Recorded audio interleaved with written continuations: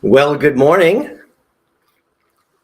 A little bit of my coffee. Coming to you an hour early today, so sorry about that time change. For those that wanted to tune in live, hopefully you got the updates across Facebook and YouTube and LinkedIn. But of course, you can watch on Rewind as well. Now, this is the final cap to our last week and a half of job search lectures. All of them are available on my SelfRecruiter YouTube channel, over on my Facebook, also on my LinkedIn profile as well. Easiest is probably through my YouTube channel. We started off last week, starting with supercharging your job search on Monday, followed by resume renovation on Tuesday, followed by building your career brand with LinkedIn on Wednesday. Part 2 to LinkedIn, how we elevate our career brand with a social media marketing campaign, Career Evolution. That was Thursday. Last week, we ended with interview intervention on Friday. Began this week on Monday with marketing yourself directly to the decision maker and all the steps around that. Yesterday was charting your career transition for those that would like to do something completely different. And today caps off the entire series with a live Q&A. By the way, thank you for those that sent in questions. I really appreciate it. Always send them in to ask@selfrecruiter.com, ask@selfrecruiter.com. All the very best ones are always included, but you can also type them into chat. Most of the various platforms chat do come through to my window, and I will take as many of those live as I can. So as we jump into today, welcome. This is the 20th episode of Ask Self-Recruiter. Just go over to my LinkedIn profile. You can very easily scroll back to all the different segments that have all the various questions about your job search and really get them answered. If you haven't seen me before, John Crant, author, career coach, and speaker, resume and LinkedIn guru as well. If you are suffering from a poor telling, essentially, of your career story, most of us have put so much effort into the journey itself, we really forget how to retell that story in a better, even more glorious way of contribution. If you're suffering from that, reach out. I certainly know how to dazzle in restructuring career background story. All my services are over on the SelfRecruiter website under the services tab. More on my background as we go through, but let's get to today's questions. Episode 20. This is 14 questions on job search. How do I get my job search moving? You know, it's the start of a year, all of that. So it's a great time to kind of re-energize. We're just dipping into the second month of the year, which means hopefully we've shaken off all the leftovers from last year. Let's take the first question. I was caught up in layoffs at the end of the year. How much time can I take off? This is such a difficult question and a very personal question to each job seeker. It depends really how much financial pressure we're under and how much of a cushion we have. Now, most of us don't really see the layoffs coming. I mean, we may understand layoffs are coming, but we think, oh, it's not me. I'm going to sidestep this. And then sometimes we get caught up in the layoffs. If you were in a layoff where they gave you a severance package and they gave you, let's say they gave you a comfortable severance package of even 3 or 4 months, sigh of relief, breathe a sigh of relief. That gives you a little bit of breathing room to re-energize. But if this was the end of the year, it is now February. You've had plenty of time off. That's about the maximum amount of time you can take off. Maybe the holidays around the end of the year when you got the notice. Maybe you can work through a few things in January. But come February 1st, it's really time to get busy and get moving. Even if you still have 2 or 3 or 4 months of severance, that will evaporate very quickly, and hiring processes do not move very quickly. So let's get going while we have the advantage. In general, if you got laid off today and you need some time off and you have a little bit of wiggle room on compensation package, yes, 2 or 3 weeks of reorienting, but then we have to put our nose to the grindstone and go after that next career thing that we're after. Next question. What steps can I take to get more offers and interviews? There's so many steps you can take. It can come down to networking. It can come down to the amount of really jobs that you go after. Notice I didn't say applied to. We'll talk about that. I hate to tell you this, but if you didn't realize it, it's really a numbers game.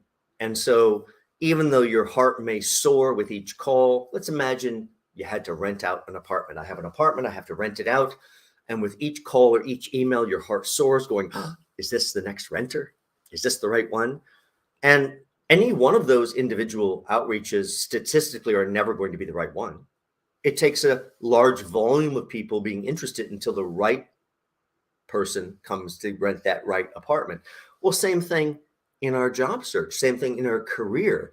The way you increase your offers and increase the interviews is to fill up your dance card. I want you to think about the most stressful project you ever worked on. That project, that's the one, you got the right one. That project. Now, how much extra time did you have? How many things did you almost lose control of? Most of us, if that was an actually really stressful project, it's like being inside of a tornado almost, with things that are so important about to fly away left and right. That's how you need to feel in your job search, not to be disoriented that way, but to have that level of activity. That level of activity is what delivers more offers and more interviews. So as I often say about a long-term client of mine that doesn't hesitate to get out there and kiss a lot of frogs to find that right prince or princess at the right next employer that really will open up opportunity for them, because otherwise you get just stuck with leftover opportunity versus having choice. My advice to you here is go back to the Supercharging Your Job Search. That was a week ago, Monday lecture. Watch that intently and structure a proper, true job search, which is an organization of 30 or more companies that you're dying to go work for, not because you saw an open job. That's about you. It has to be about them. It's a date. Let's get those 30 companies we're dying to work for. And then systematically, you need to juggle, based on this questions, 10 open opportunities at a time. I'm pursuing 10 different opportunities at a time, filling up that dance card. And yes, with that level of activity, that level of outreach, that level of follow-up, you'll feel like you're inside of a tornado about to lose something important. And that's when you should get excited, because that's when the cash register is about to ring, which in terms of job search is potentially getting an offer or two. Getting multiple offers, which has to come from only getting multiple interviews, is the only way you actually have real choice in your career and real choice in your job search. Next question. My career branding is all over the place. How do I fix my story? You know, congratulations, you have career branding. Most job seekers I see don't actually have career branding. They have a little bit of story here and there, and it's like, okay, no one has actually thought about this. If your career branding's all over the place, you have a little over here, a little over there, and the reader, the visitor, if it's LinkedIn, can't really absorb how you think of yourself, how you see yourself. This career branding arrives at a place of being all over from the individual, which is you, not having a clear idea of how to see yourself or reinvent yourself or what you'd really like. My strongest advice here to correct your career branding is to go back to last week. Watch the resume renovation lecture from Tuesday. Watch both part 1 and part 2 for LinkedIn. That's Tuesday and Wednesday, LinkedIn, and then Career Evolution. And those 3 lectures combined will give you all of the detail to understand how you sort out what your actual story is. Then you decide, what would I really like to do?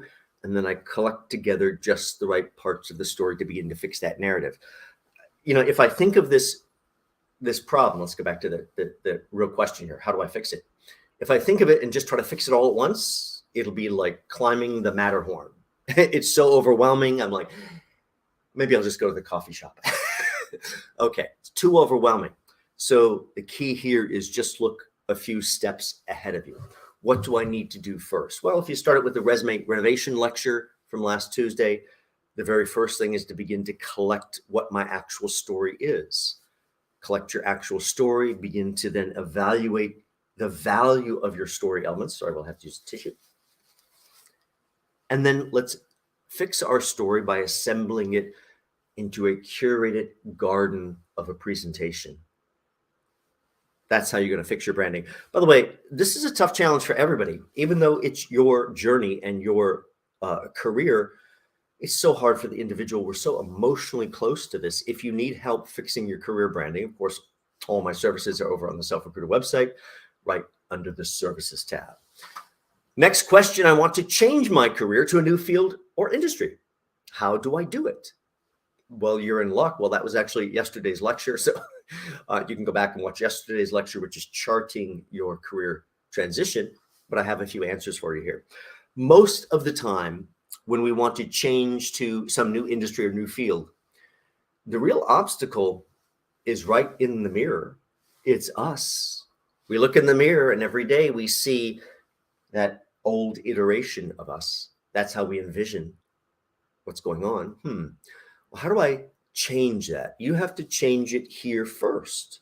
It's not unlike how I talked about yesterday, really ending my recruiting career after 10, 12 years and then going, but now what? What do I do next? And it's really taking those same skills and going, how else can I use them? What else could I do? Oh, I could be this public expert and speaker. It's like, well, how do I go about doing that? Again, most of it preparing for a new industry is thinking like a detective. Just like I did, I looked at Stephen Covey and Tony Robbins and a bunch of others. And I'm like, well, what do they all have that I don't have? And then I systematically went and got the pieces that were missing and delivered it until you see what you see today. So let's go back and maybe look aspirationally at all those people that you might like their job in the new industry. What do they have? How are you similar? What's missing? What can you go get? And how can you reshape your career story until you chameleon right over into the new field? Next question, my resume is all the roles that make me right for the next director or VP spot. How do I get my employers to see me this way? Points out a challenge that a lot of people have. You know, they're on some career path, whatever our functional role is, and we've essentially feel like we've checked off all the boxes required. I've done everything. I should be up for that next director level or VP level role, and yet we don't get it. We don't get it, or we don't get the interview. What's going on here? Well, first off, you may be a stunning performer in your current role. When you are a stunning performer in your current role, what your company would normally like to do to you is keep you over in the corner, keep you with a little bit of water and plant food, and just keep you growing and harvesting and growing and harvesting and producing. Don't disturb that plant. It's producing great stuff. Moving you to a new level, you may succeed or you may not succeed, and then I'll lose this wonderful asset that's producing. So you understand why sometimes they'd like to keep you in that spot, but can't keep me down. I got to keep moving, whether I move up the ladder here or I move up the ladder at a competitor company. I have to keep moving. So how do I get my employers to see me as the next director or VP? Well, whatever you've been doing to produce such great work in your current role, if you haven't taken credit properly for it, the first step is not just pretend your way to director or VP, but go back to your resume, go back to your LinkedIn profile, look at your use of social media. That's last Thursday's Career Evolution lecture, and see what story you've been projecting out there. Have you been taking credit for all the wonderful things that you've been delivering? Phenomenal if you have. If you haven't, go back and take the credit first. The next step is to simply think about, well, I need them to see me this way. What would a director or VP say? How would a director or VP respond? What challenges would they be thinking about?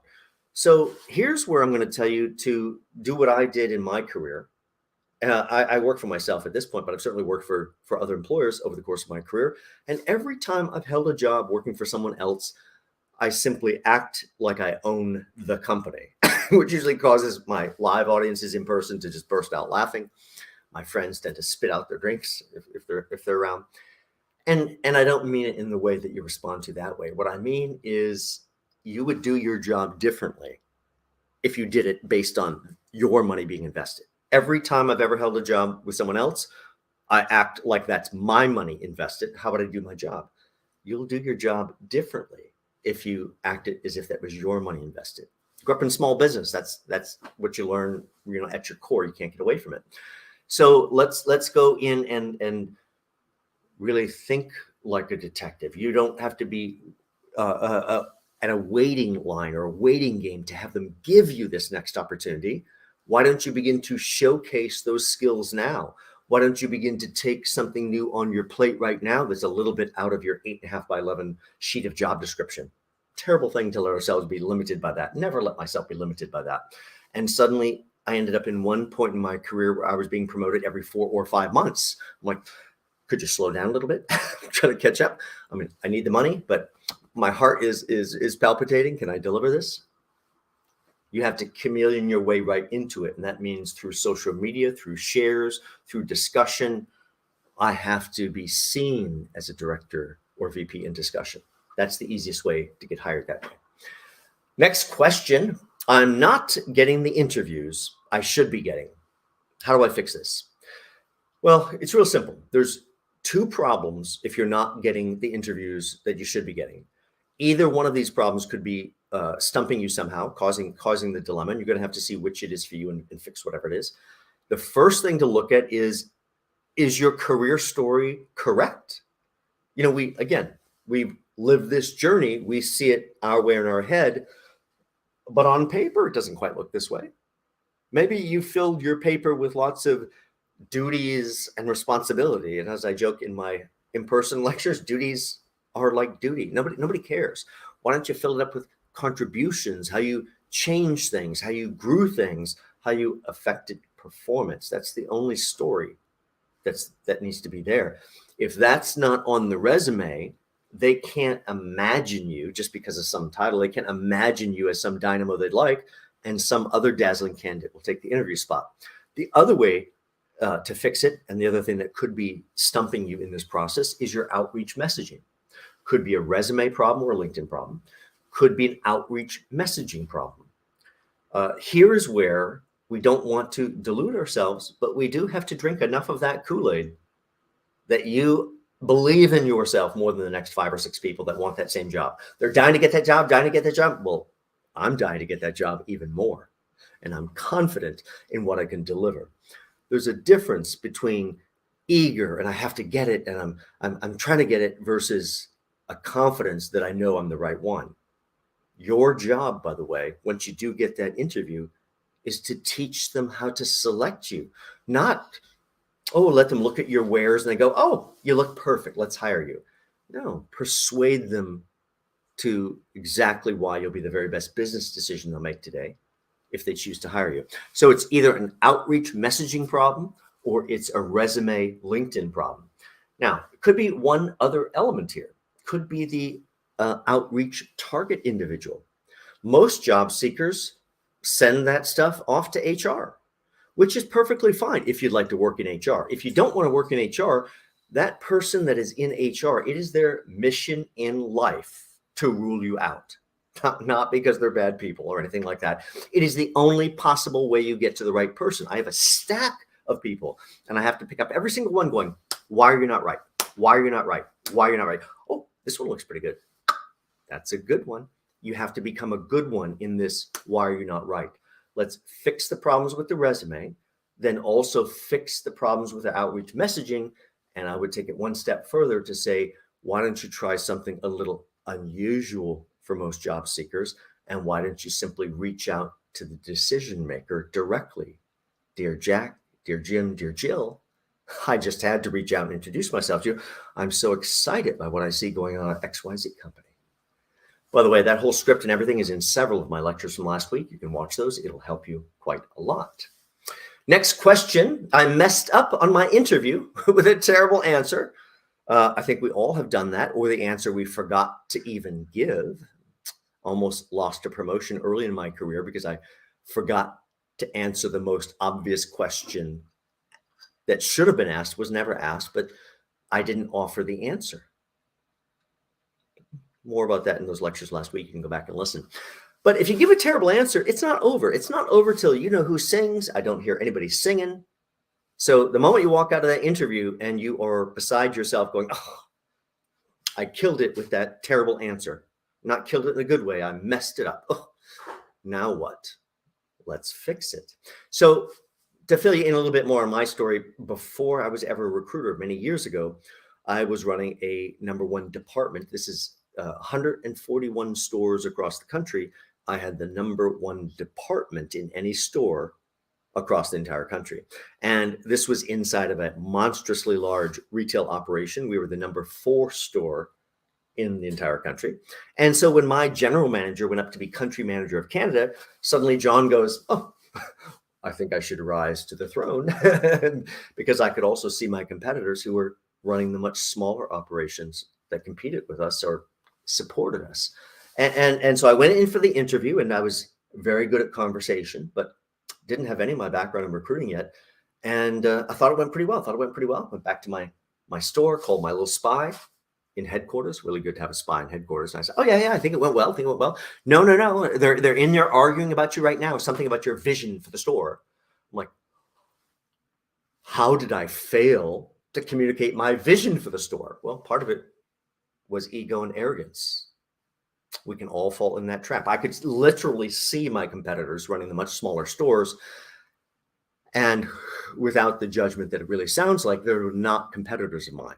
I brought a very different background to that role before I ever stepped into it, and it outmaneuvered these other backgrounds very, very easily. And that's a trap, because then we don't really think about all the different ways we have to win. And I failed to communicate that I had a vision.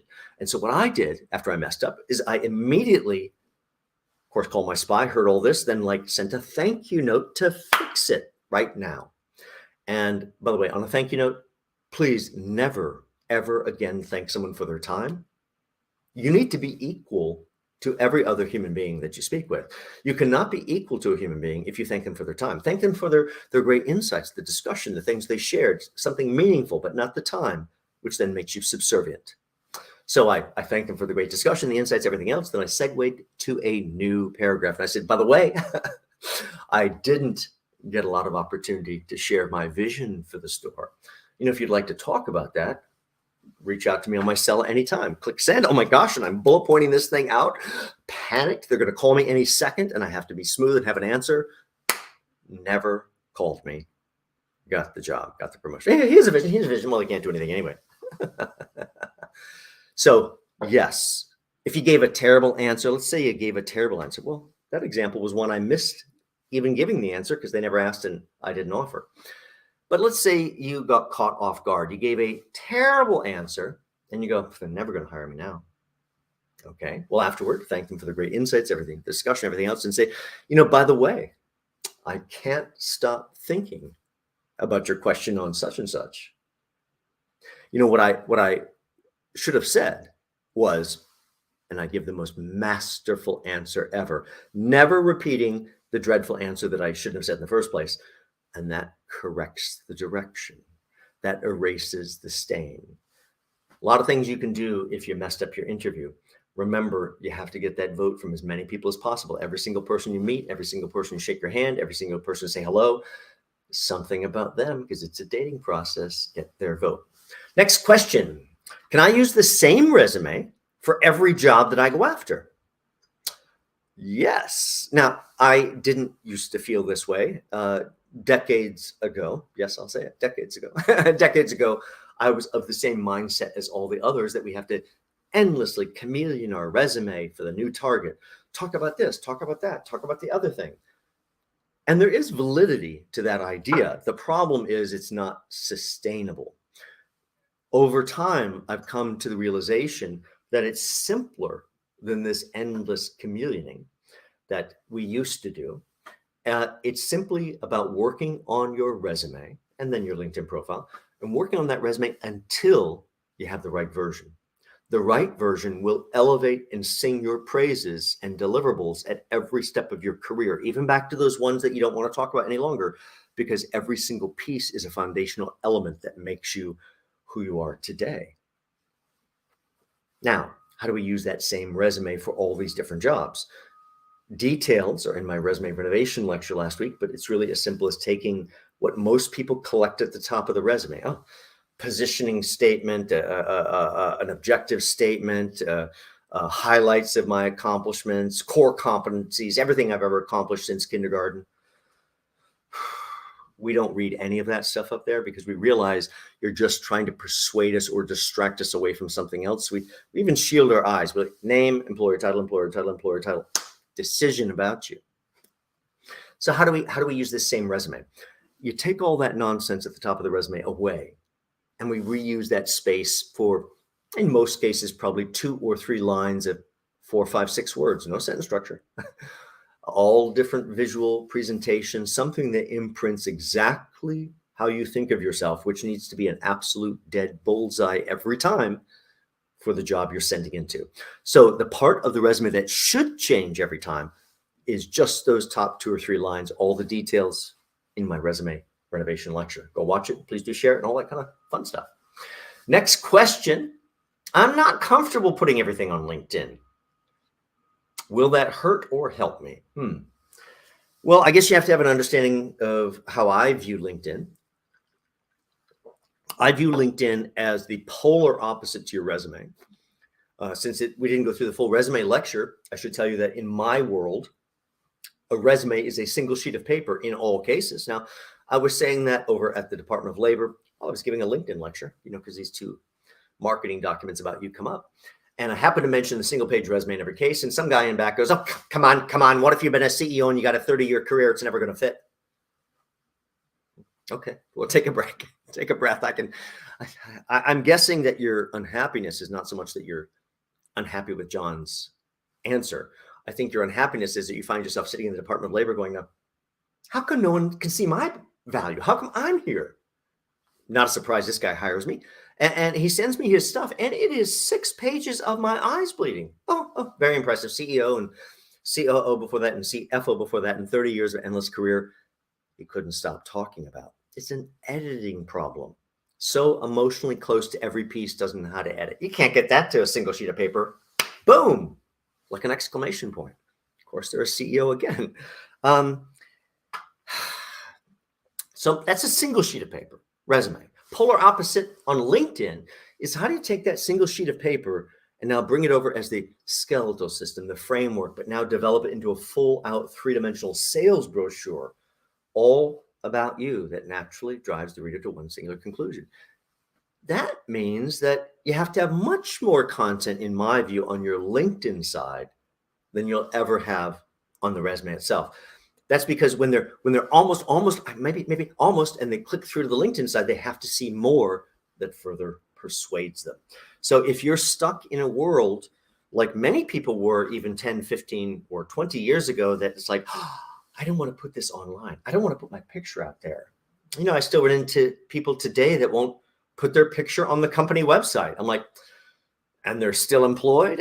I don't know how that is even possible today. A little bit of forgiveness over nonsense, or people that don't want to use the email signature of the company. I'm like, it's a requirement. You're not working for yourself and you represent my company. That's why your picture needs to be on my website.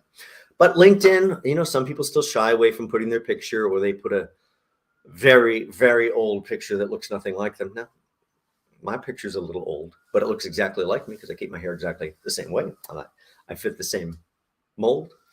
You're the product. You have to be the embodiment of the product. How is someone would you walk into the supermarket to choose your next breakfast cereal or choose your next coffee or choose your next whatever it was without looking at which brand and which they were offering and what was the flavor and which you had a better feel about, which produced better nutrition for your body? Well, probably none of them. Of course not. You have to take the measured risk of putting a certain amount of information out there. By the way, everything you do put out there on LinkedIn about you is a cultivated, curated garden of your story where you literally control every single word. There's no reason that should have privacy or not be public. It is your professional shingle out there for the world for all to see. Going to be left behind and have people take your job opportunities if we don't build out a proper LinkedIn profile. Next question. I don't post or share my picture. Oops, a little further one here. Do I have to include my picture on my LinkedIn? Absolutely not. There's no requirement. If you'd like to not be hired, please don't put your picture there. Now, I know every issue attached to pictures, but in hiring and recruiting for a long time, I know all the issues attached to pictures. If someone has some issue around those issues attached to picture, my thoughts are too bad, so sad for them. First off, they're going to miss out on a fantastic opportunity to hire someone that's really the right person. And you know what? Maybe I dodged a bullet. I don't need to be working for someone like that. But let's get down to realities of pictures. We don't hire people from an icon. We need to see who you are. We have to get a sense of you. We have to imagine how you will have navigated all these brands on the resume. And we don't want to wait until you have to walk through the door or walk into a Zoom meeting to get our first visual.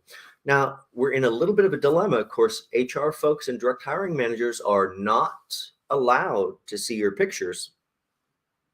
And of course, they have a feature on LinkedIn where those two individuals can turn off the ability to see pictures, which I'm sure they do. Well, I'm not so sure they do. Actually, last year I was talking to a close friend who is in the recruiting business for many, many decades. And, he commissioned a study that he paid actual cash for to go out and do real interviews, not just online click, click, click, with recruiters to find out what they were really doing. How were they using LinkedIn? And shockingly, they were using it in two ways simultaneously. They were looking at it on their desktop and they were looking at it on their mobile. Looking at it on their mobile to see the pictures, looking at it on their desktop to not see the pictures. So if you don't have a picture, you're not going to get hired. It's really that simple. Today's world just does not hire blank people behind some facade. We assume that there's something about you that's not real, and we best avoid that problem.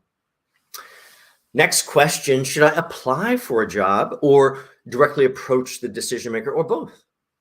It's actually a really good question. As I say in my lectures all the time, if a client comes up to me and says, "Oh, John, I have a job I want to go after this job," I'm like, "Fantastic, don't apply for it." Like, what? Don't apply for it. Don't apply for it? Well, how am I going to get this job?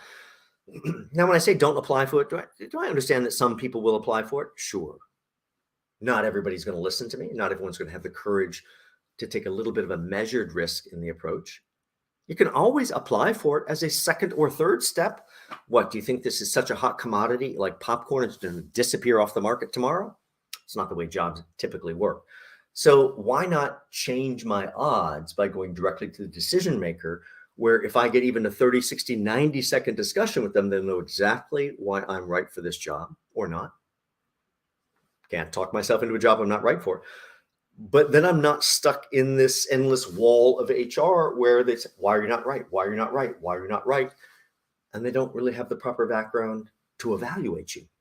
So in my world, yes, it's worth it. Now, I can tell you a little story about when I was giving this lecture over at the Sybil branch, which is no longer there, of the New York Public Library. And I was walking out to the elevator after one of my lectures, and this gentleman came up to me. He was a little bit more mature than I was, and he's like, we're walking toward the elevator. He goes, "Oh, I got your book. It's really, really good, by the way." He's like, "But that calling part, that'd be a direct introduction. That calling part, that wasn't for me." And then I tried it, and it worked. I'm like, well, it's not going to work every time, but yes, if you try this approach over 3 to 5 of the next opportunities you want to go after, and you put your heart into following through what I write out in that book, absolutely, you will experience a different result, and that will motivate you to move forward. My advice is approach the decision maker directly. If you're not brave enough to pick up the phone, then do it by email. Lots of script work in all of the lectures last week. We're not going to go through the entire script right now. Next question, how do I showcase my freelance work when I'm employed by somebody else? This is a very interesting question. I have clients that deal with this all the time because they're in a certain role where it is normal, customary, and expected, not something sliding under the table, normal, customary, expected, that not only do they have their full-time job, but because of their role and expertise, that role and expertise only stays continually sharpened by constant work on various projects. I think you probably know I'm talking about folks in creative. That could be in creative writing, creative production. That could be in graphic design and branding. All of those areas, it is absolutely normal and accepted across industries that those individuals not only have their professional job, but they do a side work with clients, which is how they stay on the top of their field. In those creative roles, you cannot stay at the top of your field in your skill set if you don't have exposure to the right types of projects. That comes only from the freelance side. Now, If I've done all that and I fit into those categories, yet there's still some folks at work that are worried going, oh, I saw you were doing a side project. Well, let's be clear. They should not see you doing a side project at work. That time belongs to somebody else, but your off hours belongs to you. So how do I showcase that now? Well, you're going to have to be careful. You're going to have to maybe not claim as direct a credit as you might like when you share your other works. But I begin to share things that when someone looks at it or reads, obviously they may know it's mine, and say, so proud to see such and such with this organization, out in use in social media. And you tangentially promote those things, which people can see are really your work without literally writing that it's your work. Should you be scared from sharing this stuff? No, certainly not if you are in one of those fields where it is normal, customary, and expected to do freelance work to stay on the top of your game. And there are certainly roles for that. Now, let's look at the next one. How do I increase my visibility for more work or a new job? All right. More work, you might be one of those folks that might like more silent freelance work, or you might like more projects within your company. It depends what your angle is here. Or maybe you just want to be seen as, gosh, this person's involved in a lot of things. Maybe they're right for my new job that I have open here. Most of that comes out of the proper use of social media. Strongly recommend going to last Thursday's lecture right off my YouTube channel. It's the easiest. SelfRecruiter, Career Evolution, preparing for your career's next leap with social media marketing. It's really about how you continually use social media to raise your visibility, as if people are just gently looking over your shoulder to see what you're reading, doing, sharing, attending. By the way, my other half, who's in creative, just delivered an amazing side project that they put together for their organization's new president. And, they'd waited a long time for the new president to arrive. And in the interim, they found this really spectacular historical picture that they knew the new president would appreciate it. And they got that framed in a very nice way. And of course, my other half hand delivered and installed it right into their offices, and captured at the same time a wonderful review by the new president of the framed object with just the right look. And then they took that literal image and took it through a program and stylized it so it's a drawing, and they shared that momentous event. Lots of different ways to raise your profile, no matter what you're doing.